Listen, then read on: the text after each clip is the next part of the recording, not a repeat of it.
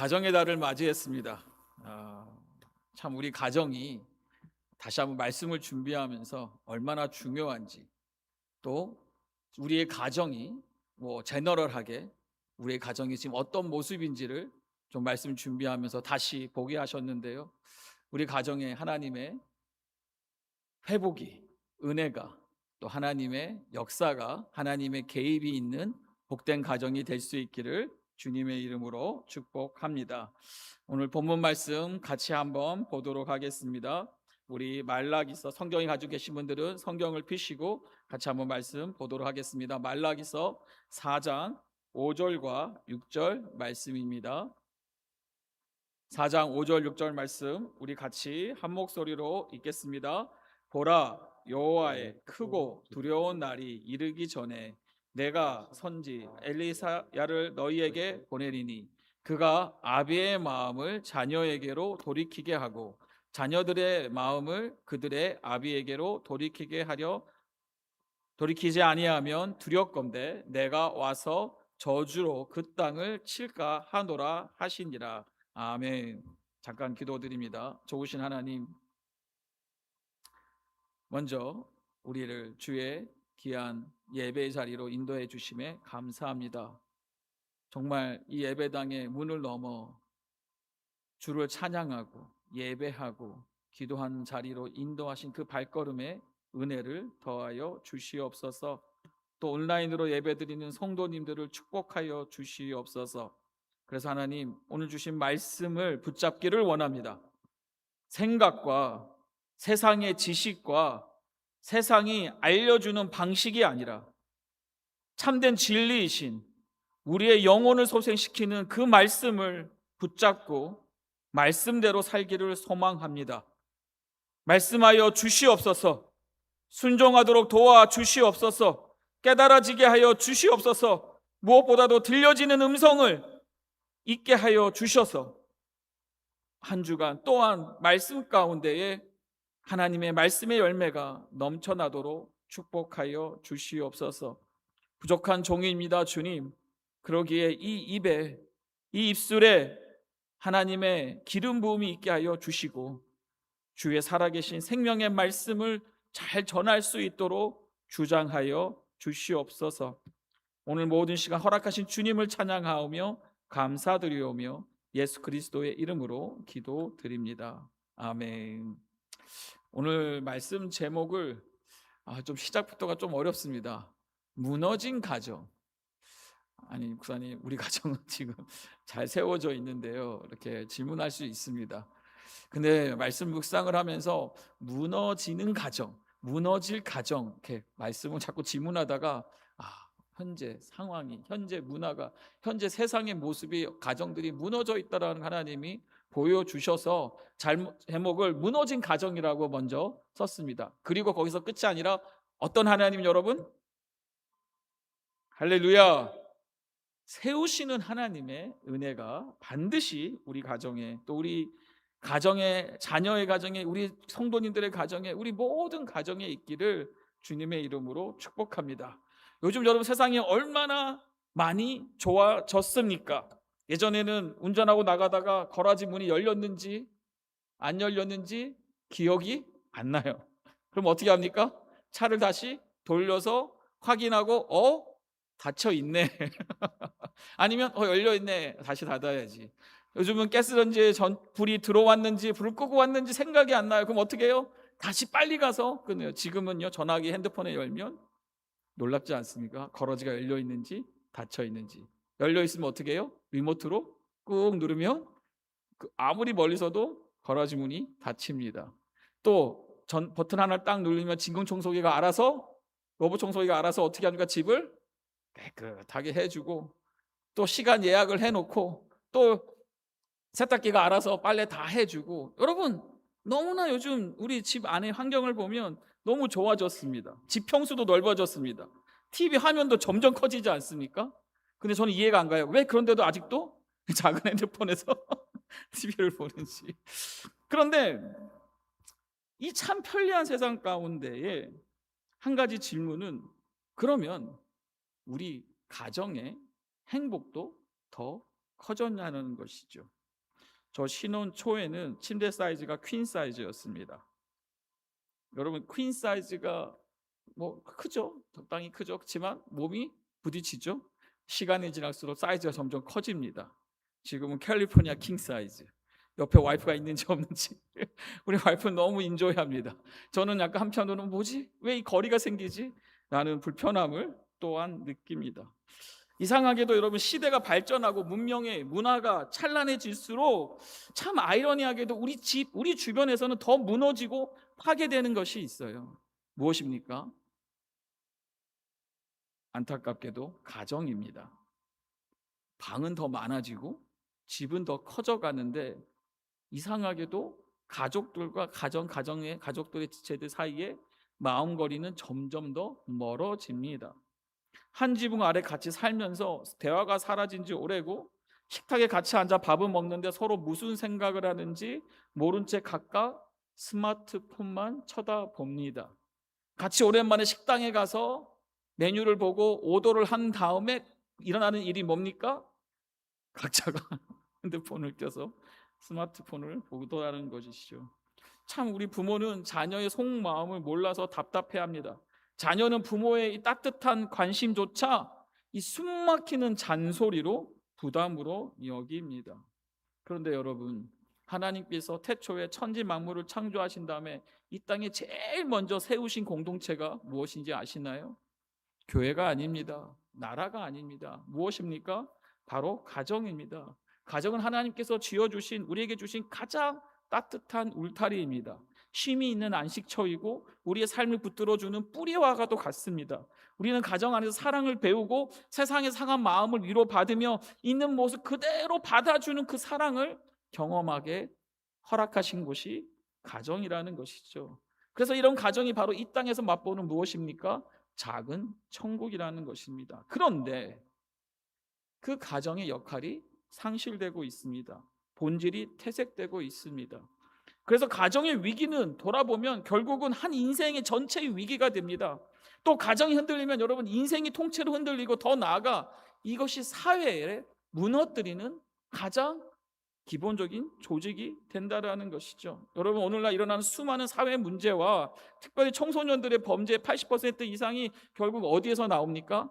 가정의 기능 상실에서 시작된다고 합니다. 요즘 뉴스에서 자주 접하는 내용들이 뭡니까? 이 촉법 소년의 범죄. 참 그 아이들이 범죄를 일으키는데 그 원인이 무엇일까요? 그 아이들의 삐뚤어진 심성의 뿌리에는 결국 부모와의 이 따뜻한 관계가 결여되고 그리고 가정 내에 방임과 상처가 있었다라는 것이죠. 점점 더 핵가정이 되고 점점 더 여러분, 아이를 안 낳는 세대가 만들어지고 있습니다. 요즘 최근 조사를 보니까 여러분, 이혼율은 계속 올라가는데 신기하게도 혼인신고는 더 줄어듭니다. 신고를 안 하고 결혼하는 세대들이 점점 많아지고 있다는 것이죠. 그 이유를 한번 하나님께 물어봅니다. 세상을 봅니다. 왜일까? 결국은 무엇이요? 나 자신의 욕심과 나 자신의 편함과 나만을 위한 나의 유익함을 위하여 살다 보니 이런 안타까운 결과들이 날고 있다는 거죠. 더 하나 중요한 것은 무엇일까요? 바로 사탄 마귀라는 겁니다. 사탄은 이 사실을 너무나 잘 압니다. 무엇이요? 가정이 무너지면 자연스럽게 무엇이 무너집니까? 너무나 잘 알게 이 수단과 방법을 가리지 않고 가정을 공격합니다.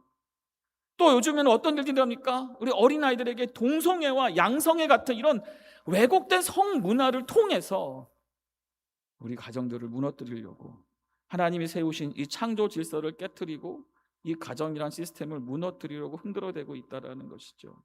여러분, 이 사실을 아십니까? 이 죄의 역사는요, 인류 최초의 가정인 아담과 하와 때부터 시작이 되었습니다. 죄가 이 세상에 들어오자마자 가장 먼저 분열되고 깨진 것이 여러분 무엇인지 아십니까? 바로 부부관계였습니다. 창세기 3장 16절입니다. 또 여자에게 이르시되, 자, 제가 지은 이후의 결과입니다. 여자에게 이르시되 내가 내게 임신하는 고통을 어떻게 한다고요? 크게 더하리니. 그래서 말씀하십니다. 내가 수고하고 자식을 낳을 것이며, 그 다음입니다. 너는 뭐라고요? 남편을 원하고 남편은 너를 다스릴 것이니라 하시고, 왜 죄의 내용, 죄의 결과에 나오는데 갑자기 아내가 남편을 원한다고 해요. 그럼 이게 왜 문제가 되냐라는 것이죠. 이유는 다른 게 아닙니다.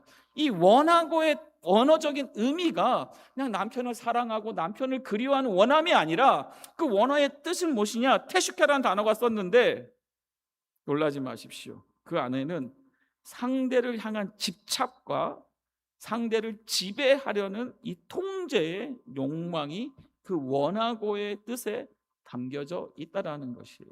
무엇입니까? 이게 여러분, 우리가 괜히 부부가 기싸움을 하는 게 아니에요.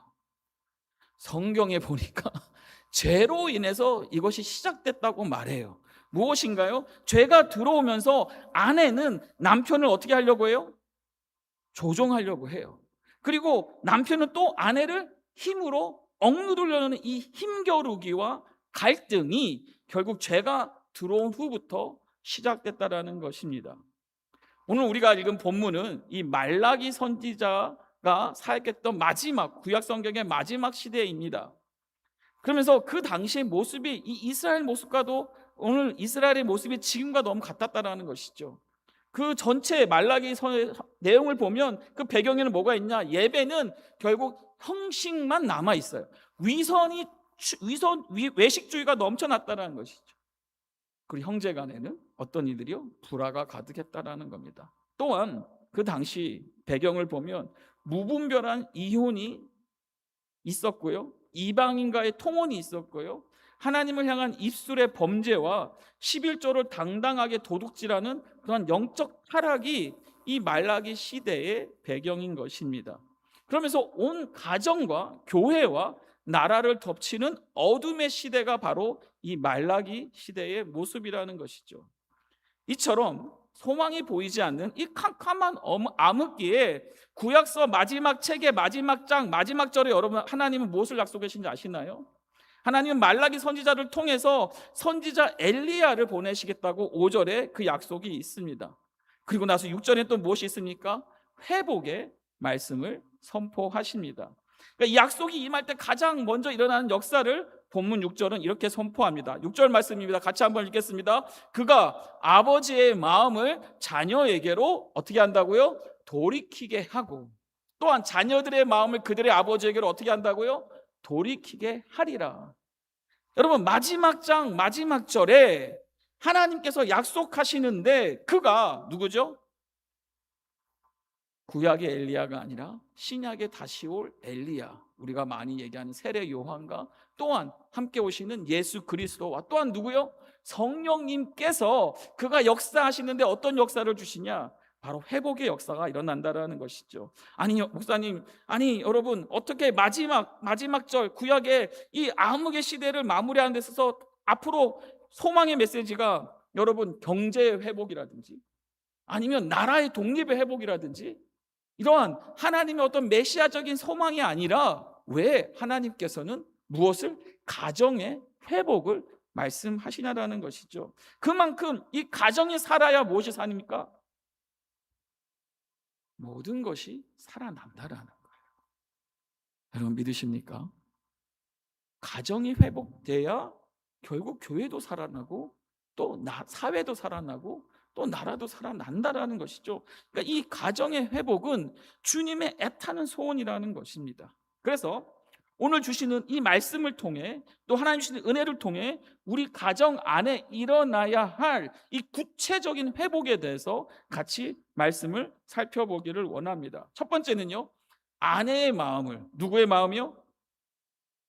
아내의 마음은 누구에게로? 남편에게로 돌이키십니다. 할렐루야. 우리 아내 성도님들의 마음이 누구에게로요? 남편에게로 돌아갈 수 있기를 주님의 이름으로 축복합니다. 드라마에서, 쇼핑 중독에서 우리의 뺏긴 마음이 누구에게로요? 남편에게로 돌아가시기를 주님의 이름으로 축복합니다. 언제 이런 일이 일어나냐? 은혜가, 능력이 임할 때 가장 먼저 일어나는 회복이 무엇이냐? 바로 아내들이 마음이 남편에게로 향하는 것입니다. 참 말씀 준비하면서 저희 아내의 마음도 살짝 들여다보고 또 일반적으로 우리 아내분들의 마음을 살짝 들여다보니까 그 마음에 뭐가 있어요? 상처가 있는 거예요. 쓴뿌리가 아주 자리 잡고 있습니다. 늘 보면 뭡니까? 마음이 뭐예요? 억울하고 불편합니다. 그래서 나도 모르게 남편에게 어떻게 합니까? 거칠은 말을 쓰고 막 날카로운 말을 쓰고, 가끔 여러분 눈을 좀 이렇게 좀 이렇게 있잖아요. 그 눈에서 나오는 광선이 좀 이렇게 부드럽고 좋은 광선이 좋겠는데 꼭 그 눈이 옆으로 이렇게 착 째려보면서 여보! 이러면 딱 쳐다볼 때 이 남편의 좋은 점은 하나도 안 보여요. 단점만 돋보이기로 보듯이 막 커 보이는 거예요. 그러다 보니까 말만 하면 어떤 결과가 일어납니까? 잔소리가 끊어지지 않게 되죠. 어느 날 상담 앞 교수가 많은 부인들에게 앉아 있는 곳에서 물었습니다. 대체 왜 그렇게 남편들에게 잔소리를 하시는가요? 라고 질문을 던졌어요. 그랬더니 한 녀석이 갑자기 벌떡 일어나면서 말합니다. 교수님, 남편의 그 한심하고 부족한 부분을 뜯어 고치는 것이 저의 역사적 사명이라고 생각합니다. 여러분, 정말 잔소리로 남편이 고쳐질까요? 답들을 안 하시네. 어쩌면 단기적으로 아내의 잔소리가 무서워서 듣는 척 할지 모릅니다. 하지만 매일같이 잔소리를 듣는 남편들의 그 속마음은 어떨까요? 아마도 마음문을 쾅 하고 닫아버리지 않겠냐라는 거죠. 그리고 가장으로서 이 자존심에 깊은 상처를 입고 맙니다. 여러분, 다시 한번 알려드립니다. 잔소리로는 사람을 절대로 어떻게 변화시킬 수 있다 없다? 네, 할렐루야. 그 진리가 남기를 주님의 이름으로 축복합니다. 여러분, 중요한 것은 이 부인들이, 아내들이 예수님을 깊이 만나야 된다라는 거예요. 하나님의 은혜를 경험하면 무엇이 일어납니까? 마음의 변화가 일어난다라는 겁니다. 내 생각과 감정보다 하나님의 말씀에 순종하고 싶은 마음이 채워질 때 이 남편을 바라보는 무엇이 시선 또한 달라진다라는 것이죠. 남편이 완벽해서가 아닙니다. 결국 하나님께서 가정을 위해 세워주신 동력자로, 영적 책임자로 바라보도록 은혜를 주신다라는 것이죠. 그래서 억지나 체념이 아니라 존중하고 함께 걸어가고 싶은 마음이 생긴다라는 것입니다. 이것은 여러분 인간적인 노력이나 성격으로 되는 일이 아닙니다. 오직 무엇이? 하나님의 은혜로만 가능한 변화. 마지막 장, 구약의 마지막 장 마지막 절에 있는 하나님의 그 은혜가 있어야지만 된다라는 것이에요. 여러분, 그런 은혜가 있기를 바랍니다. 가정이 회복되고 부부관계가 살아나기 위해서는 이 먼저 마음이 치유해야 된다는 것이죠. 우리 사랑하는 우리 아내된 성도님들, 그 마음의 은혜가 넘칠 수 있기를 주님의 이름으로 축복합니다. 사도 베드로는요, 이 비밀을 깨달았어요. 그래서 이 비밀을 깨달았던 믿음의 여인들을 이렇게 소개합니다. 베드로전서 3장 5절 6절입니다. 전에 하나님께 소망을 두었던 거룩한 부녀들도, 어떤 부녀들이요? 거룩한 부녀들도. 이게 키라는 거예요. 그러면서 말합니다. 이와 같이 자기 남편에게 순종함으로 자기를 단장하였나니. 그래서 예를 듭니다. 누가요? 사라가 아브라함을 뭘로 여겼습니까? 주라 칭하여 순종한 것 같이. 그러니까 성경을 보면 여러분, 아브라함은 어떤 남편이었습니까? 좋은 남편이었습니까? 존경받을 남편이었습니까?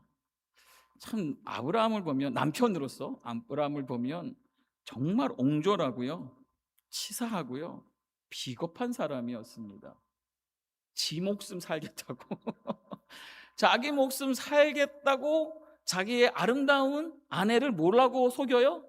누이라고 속여서 누구에게? 바로 왕에게, 또 누구에게요? 아말렉 왕에게 두 번이나, 한 번도 아니고 몇 번이나?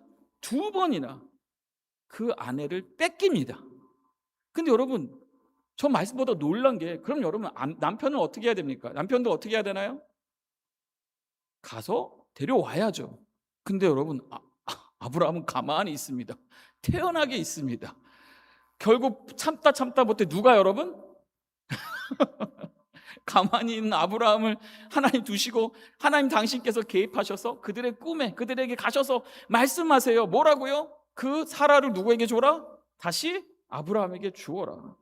저는 이 장면 보면서 이렇게 비겁한 남편이 있나? 어떻게 믿음의 사람이라서, 그래서 나름대로 저는 이 남편보다, 이 아브라함보다는 좀 낫겠다 스스로 한번 생각을 해봤습니다. 여러분, 이 과정을 통해 사라는 어떤 상처를 받았을까요? 내가 이 남편을 다시는 보나보자. 차라리 외구방이 낫나? 어떤 마음이 들었을까요? 그런데 여러분, 사라는 지금 아브라함을 뭐라고 불러요? 이게 너무 놀라운 거예요. 그런데도 사라는 아브라함을 주라고 불러요. 이 단어가 주인님이라고 부르는 거예요. 그만큼 존중했다라는 겁니다. 아브라함의 훌륭해서가 아니라는 거죠. 그럼 왜 사라는 아브라함을 주라 부르며 순종했습니까? 바로 아브라함 뒤에 아브라함과 함께 하시는 누굴 믿은 거예요? 하나님을 믿었다라는 거예요. 하나님을 믿었기 때문에 이러한 어려운 환경에도 하나님의 개입이 일어나서 자신을 살린 그 하나님이 아브라함의 하나님이라는 걸 알기 때문에 믿음으로, 표현으로 그 아브라함을 주라고 얘기했다라는 것입니다. 여러분, 하나님이 아내의 마음에 은혜를 주셔야만 이 믿음이 생기는 거예요. 하나님의 역사가 있어야지만 이 믿음이 생기는 거예요. 그래서 하나님, 우리 모든 부인들의 마음에 하나님 이런 은혜가 있어야 된다라는 것이죠. 할렐루야. 어느 동네에 여러분 예수님을 신실하게 믿는 아내가 있었고요, 매일 술에 찌들어 사는 술주정쟁이 남편이 있었습니다. 남편은 매일 밤만 되면 막 인사불성이 되어 집에 돌아옵니다. 그러면 아내는 늘 어떤 얼굴로? 웃는 얼굴로 남편을 씻겨주고 또 따뜻한 밥상을 차려주고 막 극진히 대했습니다. 하루는 남편이 술자리에서 친구들에게 막 아내 자랑을 들어 놓았습니다. 친구들 믿어요, 안 믿어요? 안 믿죠. 그러니까 막 심술이 나서 늦은 밤에 친구들 다 데리고 집으로 갑니다. 그리고 아내에게 말합니다. 야, 밥 좀 차려와봐. 그랬더니 막 으름장을 놔요. 그랬더니 여러분 같으면 어떻게 하시겠어요? 보통 아내 같으면 이 사람이 미쳤나, 밤중에 지금 뭐 하는 짓이냐면서, 이게 부부싸움이 날 상황인데 이 아내는 불평 한마디 없이 다시 뭘로? 환한 미소로 음식과 술을 준비해서 대접했다고 합니다. 친구들이 막 감탄하면서 돌아갔다고 해요. 이랬을 때 남편의 마음에 미안함이 들었어요. 그리고 감동이 밀려와서 아내에게 묻습니다. 당신은 도대체 왜 나 같은 인간에게 이렇게까지 잘해주는 거예요? 뭐예요? 그랬더니 아내가 남편의 손을 잡고 눈물을 흘리며 이렇게 대답합니다. 여보, 당신은 지금 이대로 살다 죽으면 지옥에 갈 텐데 어디요? 그래서 말합니다. 이 땅에서 사는 동안이라도 천국이 어떤 곳인지 조금만이라도 맛보게 해드리고 싶어서 제가 이렇게 하는 겁니다. 근데 그게 진심이 통했어요. 그래서 그 남편이 정신을 반짝 차리고 그 사랑 앞에 마음이 내리고 무릎을 꿇고 눈물로 회개했다라는 전설이 있었습니다. 여러분, 오늘 우리 아내들에게 있어야 될 것이 무엇일까? 결국은 하나님의 은혜가 있기를 소망합니다. 하나님의 은혜를 주셔야 그 상처가 극복되고 사랑이 넘쳐나고 또 받아줄 수 있는 이런 아름다운 관계가 만들어진다는 것이죠. 내 힘으로는 도무지 남편을 용납할 수 없지만 주님의 은혜가 임하면 사랑과 존경할 수 있는 능력이 생기는 줄 믿습니다.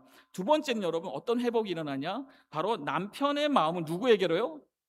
이제 아내에 이르기로 돌이키신다라는 겁니다. 그러니까 하나님의 회복의 역사는요, 시작되면 끝이 계속 연결되는 거예요. 하나님의 역사는 남편들의 마음이 아내에게 돌이켜지는 거예요. 남편들이 은혜를 받으면 아내를 내 몸과 같이 사랑하게 되어 있습니다. 여러분 믿으십니까? 베드로서 3장 7절입니다. 남편들아, 이와 같이 지식을 따라 너희 아내와 동거하고 그를 더 연약한 그릇이요 또 생명의 은혜를 함께 이어받을 자로 알아 뭐하기 여기라? 기이 여기라. 이는 너희 기도가 막히지 아니하게 하려 함이라. 여러분, 이 말씀이 기록되던 당시 고대 로마 사회는 어떤 시대였습니까? 여성을 뭘로 소유했죠? 그저 남성의 소유물이나 혹은 재산 중 하나로 또는 노예로 여기던 그런 거칠고 냉혹한 시대였습니다. 그런데 그런 시대에 누가 사도 베드로가 지금 그런 시대 속에서 이런 폭탄 같은 말을 하는 거예요. 뭐라고 말합니까? 아내를 함부로 대하지 말고 무엇처럼 연약한 그릇처럼 깨질 것 같아서 소중히 다룬 그릇처럼 귀하게 여기라고 말씀하고 있는 거예요. 권면하고 있는 거예요. 그러면서 말합니다. 생명의 은혜를 함께 이어받을 자로 알아 귀히 여기라. 이 말은 뭡니까? 바로 영원한 축복을 함께 상속받을 존귀한 존재로 대하라는 것이죠. 그런 다음에 그 겉면에 무시무시한 경고를 덧붙입니다. 남편이 아내를 함부로 대하고 무시하고 상처 줘 눈물을 흘리면 어떻게 된다고 말하고 있습니까? 여러분 잘 보십시오. 남편 성도님들 잘 보십시오. 뭐라고 말합니까? 너희 기도가 어떻게 될 것이다? 막힐 것이다. 여러분 이런 말씀은 여러분 정말 무서운 경고입니다. 우리가 교회에 와서 하나님 앞에 목청 높여 기도하고 또 방언으로 기도하고 또 곡조가 달린 기도로 찬양하고 해도 내가 아내의 마음을 우리 아내의 마음을 아프게 한다면 하나님은 그 남편의 기도를 어떻게 한다고요? 듣지 않으신다는 말씀을 하시는 거예요. 엄중한 경고인 것이죠. 혹시 이 중에 기도가 막혀 있으십니까? 그럼 무엇부터 점검을 해봐야 돼요? 내가 아내의 마음을 아프게 하고 있지는 않는지 오늘 말씀을 기준으로 우리가 다시 한번 점검해 볼 필요가 있습니다. 사도 바울은 에베소에서 남편들을 향해 아주 높은 수준의 사랑을 요구합니다. 에베소서 5장 25절입니다. 남편들아 아내 사랑하기를 누가요? 그리스도께서 교회를 어떻게 해요? 사랑하시고 그 교회를 위하여 자신을 주신같이 하라라고 권면하고 있습니다. 여기서 사랑하라는 말은요 인간적인 감정이나 조건을 따지는 사랑이 아닙니다. 원어로 어떤 사랑입니까? 무조건적이고 희생적인 사랑을 뜻합니다. 아가파테란 단어가 쓰여졌습니다. 그러니까 무엇입니까? 예수님이 우리를 살리려고 십자가에서 목숨을 어떻게 해주신 것처럼 내어주신 것처럼. 너무 아브라함과 비교되지 않습니까? 아브라함은 자기 목숨 살리려고 아내를 버렸지만 예수님 뭘 말씀하세요? 이 우리를 살리려고 십자가에서 목숨을 내어주신 것처럼 남편은 아내를 어떻게 해요? 자기 목숨을 내어줄 만큼 희생적으로 사랑해야 한다라는 것입니다. 오늘 밤에 각 가정에 각 방에서 이런 은혜가 있기를 바랍니다. 아내의 손을 잡고 내 목숨을 줄 만큼 당신을 사랑합니다라는 고백이 있기를 축복합니다. 표정들이 그런 은혜가 있기를 바랍니다. 반드시 그러한 우리 안에 은혜가 있어야 된다라는 것이죠. 그럼 질문합니다. 왜 하나님은 남편들에게 아내도 아니고 남편들에게 이토록 엄청난 사랑을 명령하실까요? 이유는 단순합니다. 아내는 남편의 이 희생적인 사랑을 공급받아야지만 비로소 행복함을 느낄 수 있는 존재라는 거예요. 그렇게 하나님이 만드셨다라는 거예요. 여러분 잘 생각해 보세요. 어떻게 아내가 만들어졌습니까? 여자가 만들어졌습니까? 하나님이 아담에서 무엇을 다른 재료도 아니고 무엇이요? 갈비뼈를 빼내셔서 그 갈비뼈로 하와를 만드셨어요. 저는 질문하는 거죠. 왜 갈비뼈였을까? 하나님 그래도 뭐 머리뼈? 그럼 여러분 만약에 아내가 머리뼈를 줬다 생각해 보세요. 생각만 해도 왜요? 머리뼈를 줬으면 남편이 머리가 돼서 군림하려고 하지 않을까? 반대로 여러분 이 발가락 뼈를 쓰셨다고 생각해 보세요. 그러면 남편이 또 아내를 어떻게 해요? 발바닥 쳐도 짓밟힐까 봐. 놀랍게도 어디에 가장 가까운 이 심장을 보호하는 갈비뼈를 취하셨다는 거예요.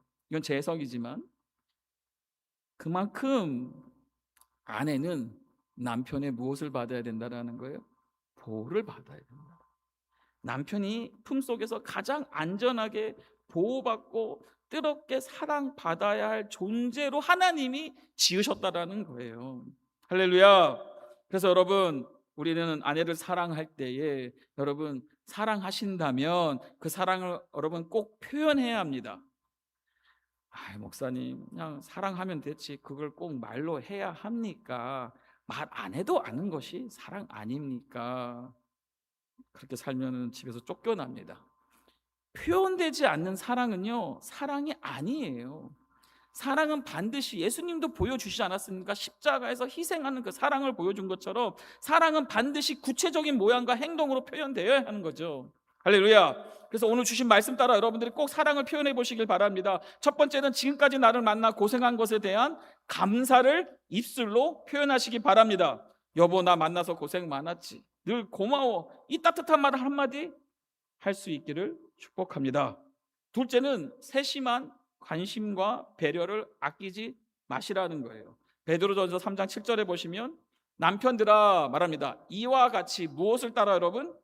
지식을 따라 너희 아내와 동거하고 그를 연약한 그릇으로 말하면서 지식을 말해요. 이 말은 뭐예요? 아내를 아는 지식이라는 거예요. 공부 좀 하라는 거예요. 누구에 대해서?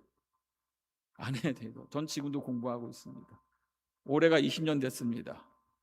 물론 우리 계시는 장로님과 저번에 우리 장로님 치사님 여쭤보니까 60년 되셨다라고 해서 제가 너무 놀랐는데 공부하라는 거예요. 어떻게 해요? 아내가 어디가 아픈지 감정이 왜 가라앉아 있는지 세밀하게 그릇을 보듯 깨질까 봐 살피고 마음의 짐 가사의 짐을 적극적으로 나누어야 한다는 것입니다. 할렐루야.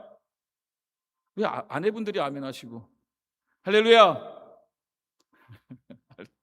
세 번째는 가끔은 이 사랑이 담긴 카드나 선물로 마음을 전하시기 바랍니다. 자, 제가 하는 말이 아닙니다. 잠언서 18장 16절입니다. 가르쳐 줍니다. 지혜의 말씀이 있습니다. 사람의 선물은 무엇을 한다고요?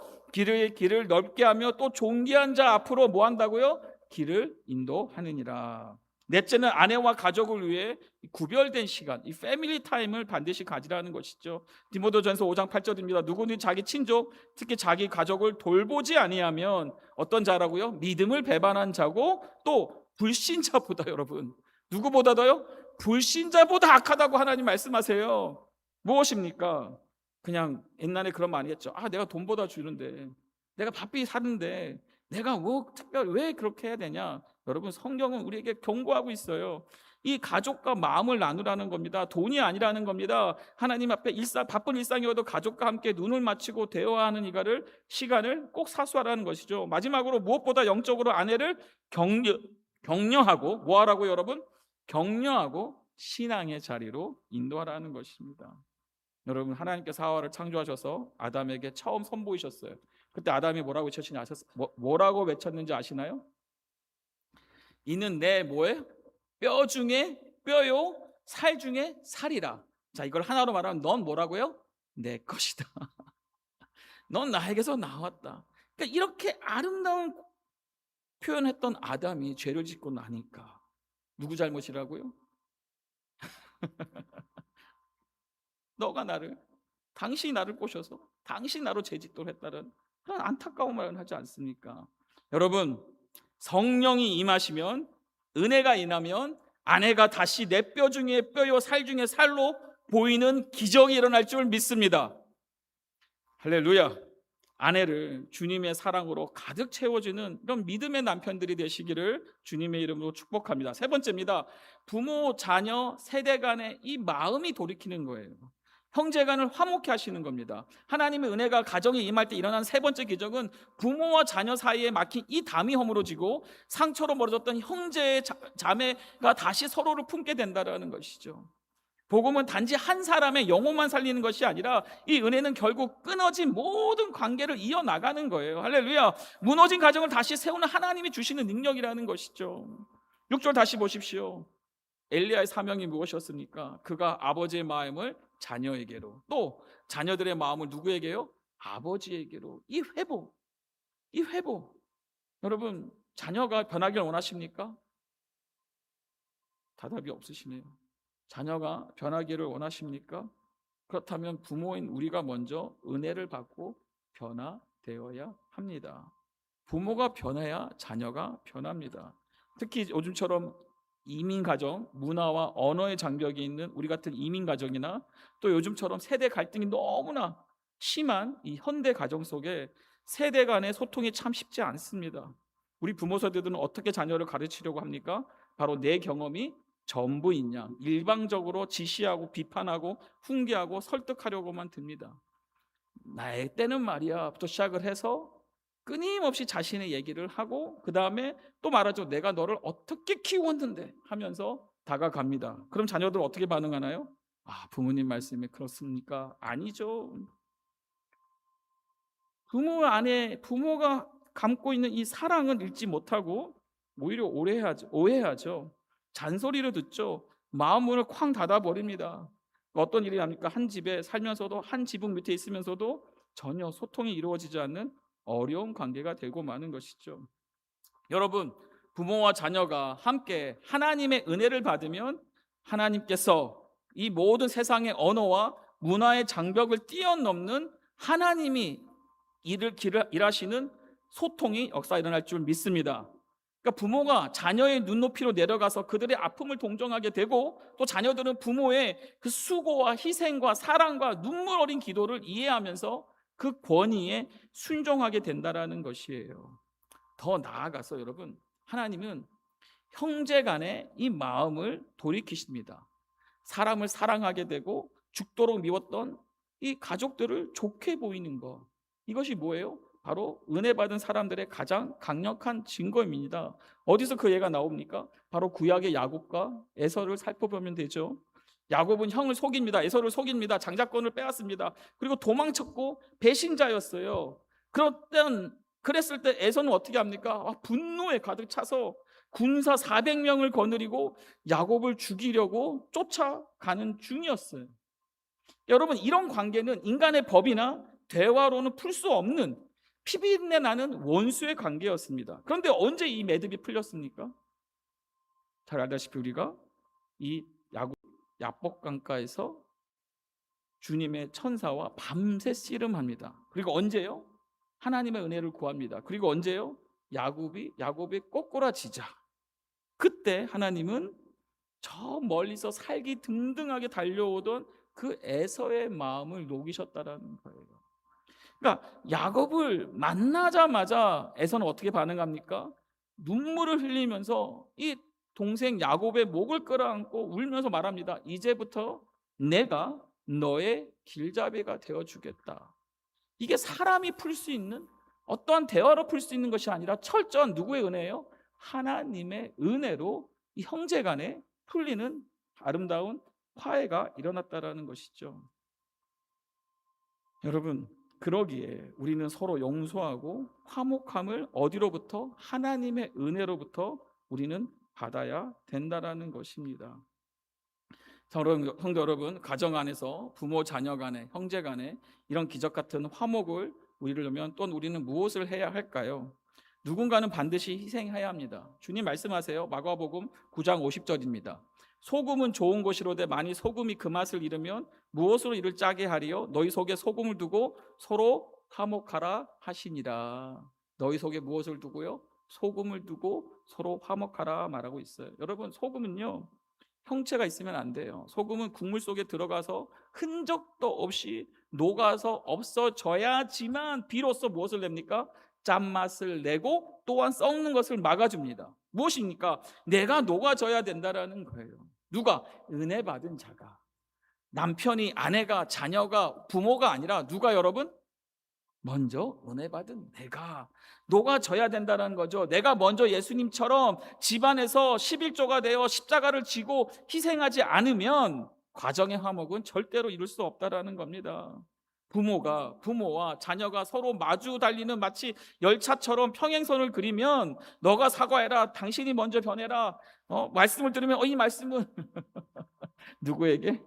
나에게가 아니라 남편에게, 내 아내에게 하신 말씀이야, 이러면서 끊임없이 요구만 하고 있다면 그 가정은 영원히 지옥이라는 고통에서 벗어날 수 없다라는 겁니다.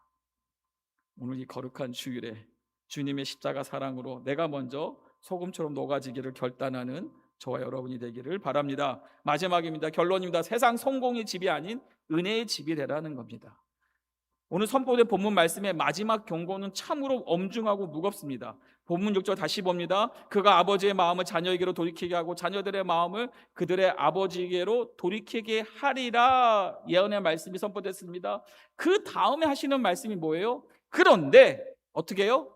돌이키지 아니하며. 어떤 일이 일어납니까? 두렵건대 내가 와서, 요 하나님께서 와서 무엇으로 여러분? 저주로 그 땅을 칠까 하노라. 하나님의 저주가 있을 거라는 거예요. 언제요? 바로 엘리야의 돌아왔을 때, 그가 돌아왔을 때, 그가 회개하고 그가 하나님의 복음을 전했을 때 그 마음을 돌이키지 않는 그 가정에는 저주가 임한다라는 거예요. 여러분, 이 말씀 보다가 저는 이 저주는 그냥 단순히 하나님을 벌을 내리신다는 의미가 아니라는 거예요. 진짜 무서운 저주가 무엇인지 아세요?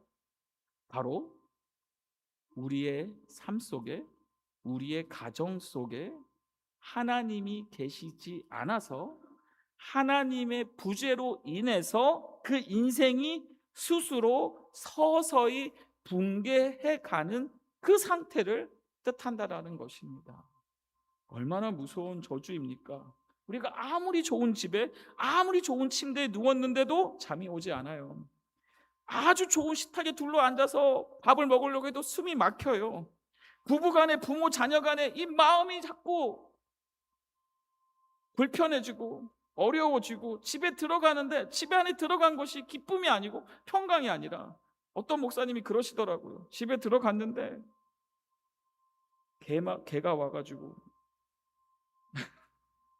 꼬리를 흔들며 자신을 반겨주더라고 하더라고요. 세대 간의 이 신앙의 연결고리가 끊어지고 마음이 철저히 소외되고, 그래서 사랑이 메말라 버린 집이 그 가정의 기능을 잃고 어떻게 되는 겁니까? 마치 집이 적막한 감옥처럼 변해버린다면, 성경은 바로 그 상태 자체가 이미 하나님께 저주를 받았다고 경고하는 것입니다. 그렇지만 여러분, 우리는 낙심하거나 포기하지 않으시길 바랍니다. 우리 하나님의 본심은 무엇입니까? 늘 저주가 아니라 무엇이죠? 회복입니다. 늘 심판이 아니라 무엇입니까? 축복입니다. 무너진 가정을 다시 살려내시는 것이 오늘 우리 하나님 아버지의 간절한 소원인 줄 믿습니다. 그러기에 우리는 예수 그리스도께서 십자가에서 당신의 온몸을 찢으심으로 하나님과 우리 사이에 막힌 담을 허무시고 화목하게 하셨듯이, 그 십자가의 복음이 동일하게 오늘도 우리의 모든 무너진 가정도 반드시 다시 세우실 줄 믿습니다. 우리가 착각하지 말할 것이 있습니다. 하나님이 원하시는 가정은 상처 하나 없고 깨끗하고 완벽한 가정이 아니라는 거예요. 이 땅에 그런 완벽한 가정이 어디 있겠냐라는 것이죠. 하나님이 찾으시는 가정은 비록 상처로 얼룩졌을지라도, 어떤 가정? 지금이라도 예수님 앞에, 성령님 앞에 하나님께로 돌이키는 가정을 우리 하나님이 찾으시는 줄 믿습니다.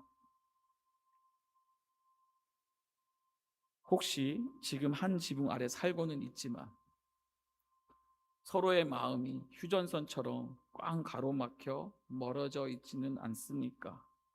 가슴 깊은 곳에 배우자나 부모에게 받은 오래된 해묵은 이 상처의 쓴뿌리가 여전히 그 안에 도사리고 있습니까? 말을 해봐야 뭐합니까? 대화가 안 되는데 하며 대화가 끊어진 오래된 부부나 자녀가 있습니까? 오늘 주님은 여러분에게, 이 무너진 성벽 앞에 있는 저와 여러분에게 그 피 묻은 손을 내밀며 말씀하시는 거예요. 내게로 돌아와라. 그리고 이제는 내 사랑을 힘입어라. 그리고 내 가족을 향해 다시 마음의 문을 열라라고 주님께서 말씀하십니다. 오늘 드린 이 예배 이후로 여러분 가정 가운데 이런 하나님의 놀라운 회복의 은혜가 있기를 축복합니다. 이제 우리 가정이 세상의 성공과 돈만을 쫓는 이런 메마른 성공의 집이 아니라 서로의 허물을 덮어주고 용서와 사랑이 강물처럼 흐르는 은혜의 집이 되기를 바랍니다. 날카로운 눈으로 서로를 판단하고 고치려 드는 이런 차가운 심판대 같은 가정이 아니라 지친 마음에 안식을 얻고 상처 입은 영혼이 위로받는 따뜻한 회복의 공간이 되기를 축복합니다. 가장 안전한 울타리가 되기를 바랍니다. 과거 온 이스라엘 백성들 앞에서 오직 나와 내 집은 여호와를 섬기겠노라 당당하고 결연하게 선포했던 이 여호수아의 그 위대한 신앙 고백이 오늘 이 자리에 함께하는 저와 여러분 가정 위에 그대로 회복되기를, 살아나기를, 하나님의 은혜가 충만하기를 주님의 이름으로 간절히 축원합니다.